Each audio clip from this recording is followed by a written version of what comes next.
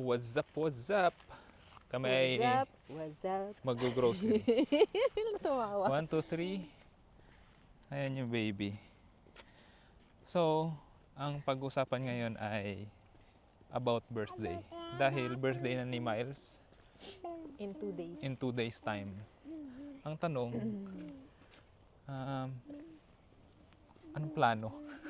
Hindi, yung idea pala, bakit hindi kami mag-prepare ng usual birthday party? Yung traditional Oo. birthday party. Yes. First birthday pa naman niya. Oo, dapat. Kasi usually sa Pilipinas, ayun, yung maghahanda, tas may mga mascot. Basta yung usual. Sa Jollibee, ganyan. Oo. Children's party, ganun. Mm-mm. So, bakit hindi tayo gano'n, no? Bakit hindi gano'n yung gusto natin? Kasi nga, first birthday niya, so dapat, paghandaan talaga dapat. Ano yan? Naiisip ko, may tatlo kaming dahilan. Tatlo. Ano yun? Nagbigay talaga ng number. Well, number one, ako kasi, ang reason ko talaga is, since first birthday, so 1-year-old, hindi pa niya kasi din ma-appreciate yung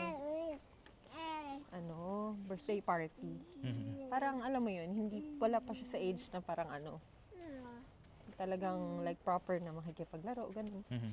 So naisip namin, parang siguro bibigyan namin siya ng isang like proper or traditional birthday party. Pag nasa age na siya, na ma-appreciate na niya. And pwede na kami ding mag-invite ng mga bata na kagaya niya, tapos maglalaro sila. So siguro mga 2 or 3 years old yan. Mhm. Toddler. Yes. Second reason is, hindi kasi talaga kami, ni Labi, hindi kami ganon klase ng tao Mhm. na ultimo sa sarili naming birthday. Hindi kami ganon, hindi kami naghahanda, ganyan. Yes. So, ang plano namin is number 3. Siyempre, dun tayo sa kung ano yung hilig namin. Mhm. Na for sure ay may enjoy din namin. Na eventually, parang magiging isang parang naman din, magandang memory din para kay Miles. Which is Hiking, travel, hiking. Pero walang masama dun sa usual na birthday party. Walang problema doon. Hindi lang talaga kami na-excite sa ngayon doon sa ganung klase na yung magpa-plan hindi ka. namin yung thing. Oo. Na, Hindi kami excited. Mas excited kaming umakyat ng bundok kahit birthday pa namin or birthday pa nung anak namin na first birthday. Doon kami na-excite. Doon kami na energize. Parang doon namin binubuhos yung effort. Kasi pag yung usual, mag-iisip ka ng pagkain, luto, parang hindi namin siya bet and ano sure. siya for us? Parang trabaho. O trabaho siya. Burden siya. Mahirap na nga ngayon situation dahil syempre Kulang sa time. may bata, may ganyan. Kulang sa time kumisap ganoon, pero pag pakatin niyo kami bundok, nako. Kaya namin gumawa ng itinerary. Oo, isang ganun lang, pero pag yung planning ng first birthday Ano yung mga party. ihahanda, saan ang venue, Oo, mga ganyan. mga ganyan. Tas Yung yung mga taong sounds, i-invite. basta hindi namin siya bet mag-organize ganyan.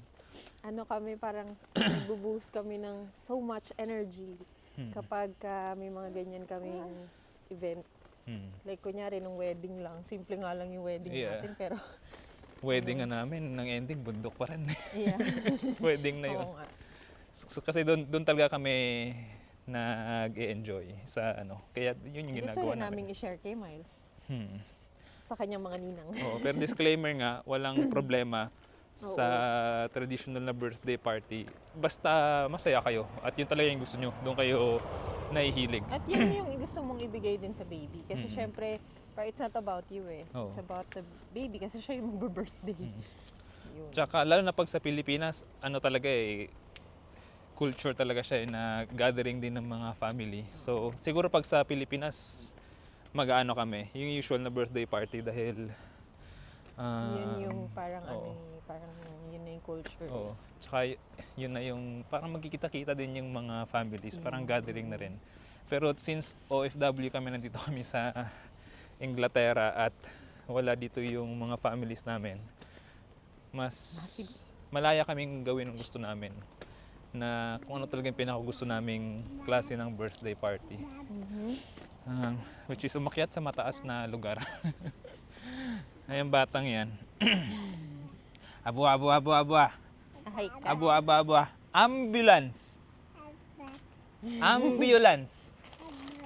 Ambua. Ambulance. Si ambulance. Busy siya. Ano siya, yung kanyang focus.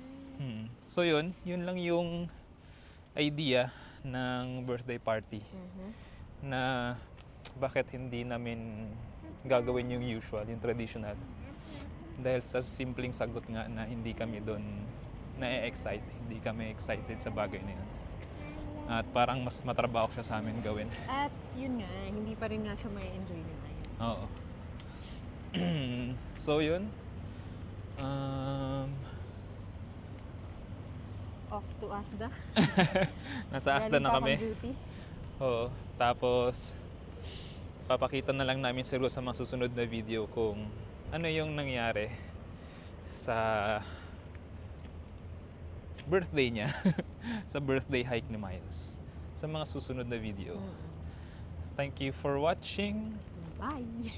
Isa lang itong isang impromptang edit. Alam, sasara Ay, na ba edit to siya? video. Wala na edit, upload na agad. Bye. Psh.